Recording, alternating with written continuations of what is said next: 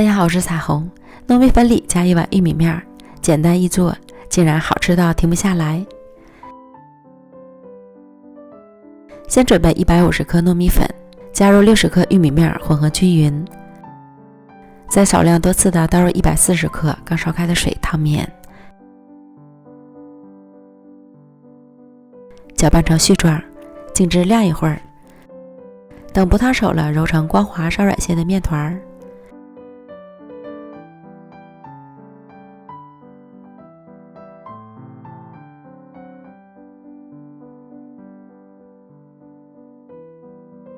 给它移到案板上，直接搓成长条，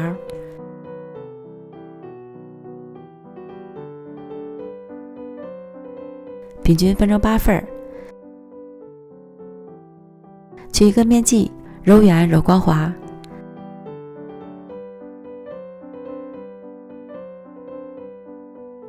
再捏成小碗的形状。其他的面剂要记得盖好，防止风干。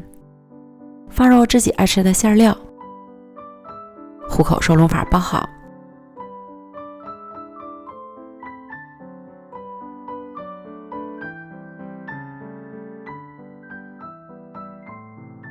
再滚圆，按成小圆饼，依次把剩下的面剂全部都做完，不用醒也不用发，直接上锅烙。电饼铛或平底锅，底盘开小火加热，多刷一点油，放入小饼生坯，盖上盖子，熟得快。底部烙至金黄后翻面，再盖上焖一会儿，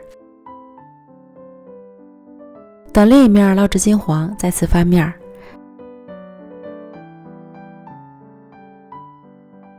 这时小饼就已经熟了，按压边缘都是软软的。出锅，玉米面糯米小饼刚出锅时外酥里糯，放凉吃软糯筋道，玉米的香气非常浓郁，还有香甜的红豆馅儿，真是好吃到停不下来，推荐朋友们一定要试试哦。美食天天更新，咱们明天见，拜拜。